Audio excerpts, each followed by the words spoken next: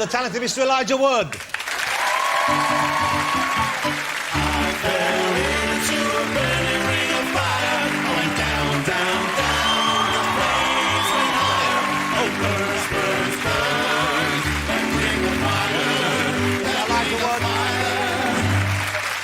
A Ring of Fire. Hi, guys. How are you? Elijah Wood, ladies and gentlemen, is... I've met him a couple of times in the past. First time you've been on the show here.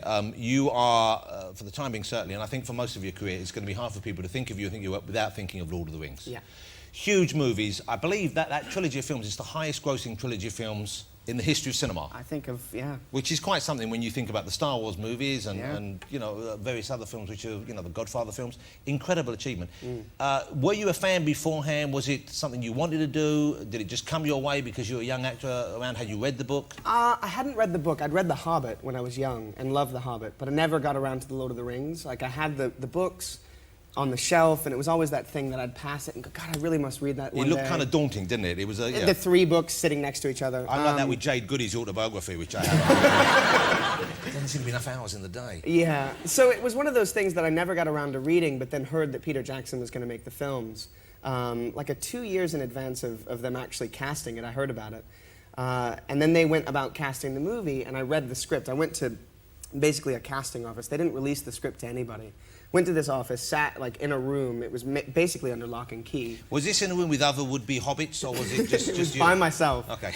And I sat there and I read it, and I was absolutely blown away. And I remember driving home away from the casting office, thinking that like orcs and goblins were chasing me, because I was so invested in the world. Like I'd so gone to that place. Had you smoked anything? Had they piped anything into the room? No. But ultimately, it came time to audition for it, and I didn't want to go about the normal process of auditioning, because typically you go into a room, it's like a white room with a camera, with a casting agent. And someone sitting there with the other half of the script. And you it's kind of sterile. And I thought, God, I really want this. This is something I'm extremely passionate about. So I went about doing my own videotape, and I got a costume, like a Hobbit costume. Who made that for you, Mum? No. I bought a book of Hobbit lore that had various artistic renderings of hobbits. And I kind of got an idea of what the costume would be like. And so what was it? Just so it was like knee pants, you know, and like suspenders, and like a flowery shirt, kind of. Like a 70s schoolboy. Right, exactly. And then I went into the woods and shot the audition tape in the woods, like bare feet, the whole thing. Yeah. And then cut that together and sent that into Peter. And did you always have your eye on the main Hobbit part, or would you have been happy with any of them? Frodo, that's what I was going for. Yeah, you wanted to be Frodo. Yeah. Obviously, feeling that you got the part. But he just did the most tremendous job, didn't he? It really was. It was central to the whole film, the whole series of films. You needed to believe in you and the other guys, and I think you all really did a great job, of course, which is why it was the hit it was. But a huge chunk of your life to go and make that. It was 4 years. 4 years of your life. 4 years, yeah. Now, you guys, you had a kind of a thing where you wanted to remember the experience. You all got a similar tattoo, am I right? We did, yeah. Okay, what was the tattoo, and where on your body did you have it? The tattoo was the Elvish number 9, so standing for the 9 members of the Fellowship. Yes. I mean, it was a pretty significant experience, and it was an idea that we had early on, but we kind of waited until the end to make sure that the experience was actually good. Yeah. But yeah, I got mine just below the waist. Could we see it? Is it somewhere? Is it too near the pubis area, or is it okay to be exposed? Do you want to? I could show it.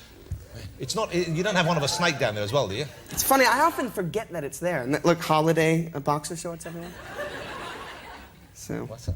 There you go. Look at that. Well, that's quite something. And it must have been quite uncomfortable to have it done there, I would have thought. It was very uncomfortable. Right. Well, thank you for showing that. You've been working in the movie industry since you were a kid, haven't you? When was your first movie? I was 8 years old. The first movie was actually Back to the Future 2. What? You're in Back to the Future 2? Yeah. Okay. Now I've seen all the Back to the Future movies. I liked them all very much when they first came out. Yeah, I didn't remember you in them. In the Cafe 80s, when they go to the future, the 2 kids at the back of the Cafe 80s trying to work the video game. I was one of those kids. One of those kids. And was that a fun part for you? Oh, my God. It was amazing. Because I grew up with the first movie. Yeah. And so to be on that set, sort of in that town in the future, was just, it was mind-blowing. And you were wearing some sort of a geeky cap, weren't you? I seem to remember. Yes. Yeah. There was a, it was like a colander, I think. I wish we had a clip that we could show of it. Oh, we do have the clip we can show. And I haven't seen this in years. It's Elijah when he was 8. I got it working! My dad taught me about these. It is Wild Gunman. How do you play this thing? I'll show you, kid. I'm a crack shot at this. You mean you have to use your hands? That's like a baby's toy. How sweet. And you know what's lovely is when Elijah turned up to the studio today, he was wearing that hat. So obviously, but you made quite a. I mean, you had a pretty solid career, didn't you, as a child actor? I mean, you made a lot of films. So why is it that you, I mean, you're working in Hollywood, you're a child. How is it that you stayed on the straight and narrow when so many other child stars seem to get either, you know, like lured into a drink or to drugs or just become? I believe the American word is arseholes, but they pronounce it slightly differently. Yeah. You know what I'm saying? It seems to affect people adversely. It does. I mean, I really credit my mother. You know, I was raised by an amazing mother that definitely tried to create a separation between what I did as an actor and what my home life was. So I always had a really strong home, solid base. I was never allowed to define myself by being an actor. And she was good at, like, kicking me down when I was getting too sort of big-headed. Was it strange for you having on the set? I mean, when you started making slightly more adult movies, did she come down there? Because there wasn't really a period when you weren't working, was there? No, I mean, it seemed to be that you just flowed through. I've been very lucky. Yeah, so was it tricky when you started getting the slightly more mature roles? Well, I remember on the Ice Storm, I had to make out with Christina Ricci. And my mom was there. Now, at this stage, I was 15, nearly 16. So you're heading into your kind of more mature, you're growing up, you're becoming an adult. You're growing hair.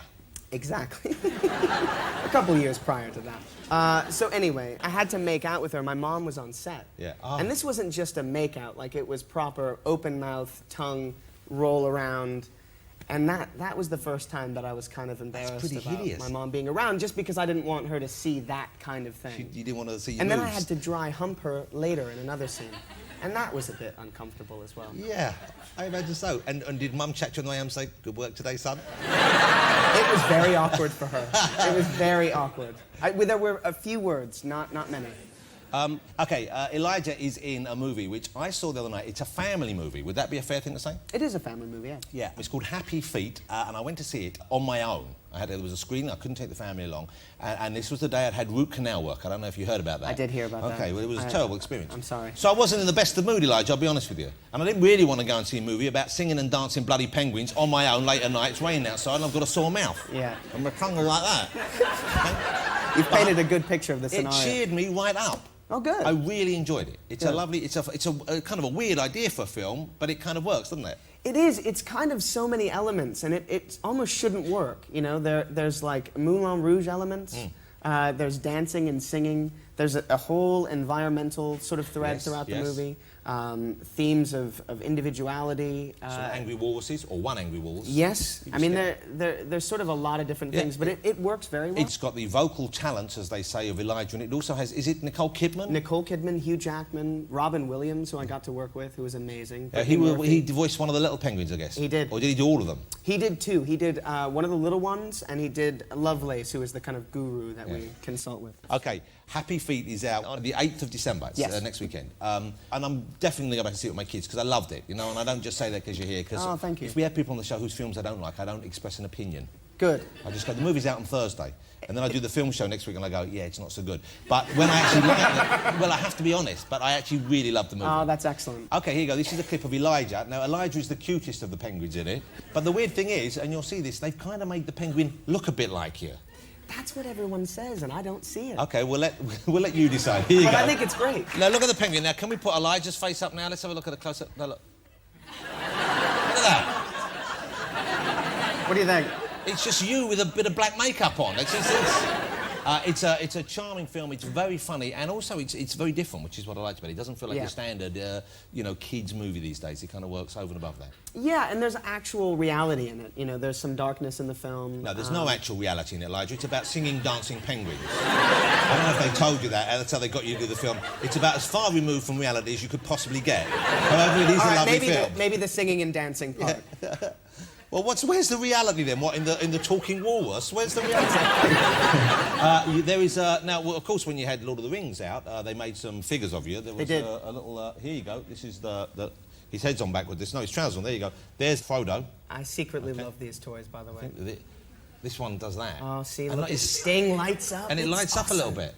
There's orcs around. It doesn't look that much like you, to be honest with you. You are, I think, prettier in the flesh. But now there's this figure of you, which also is of you, because... You see which one people like the most. Do you like that or do you like that? Yeah, I think we know which one's going to survive. OK. And look what this one does. That one has a little sword that goes like that, like he's got a wooden arm. That's rubbish. But this one...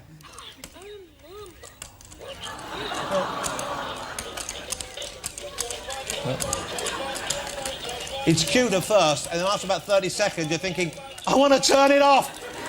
But look, it's sweet. Look, he doesn't... Oh. He came out to see me. Oh. I think he likes me.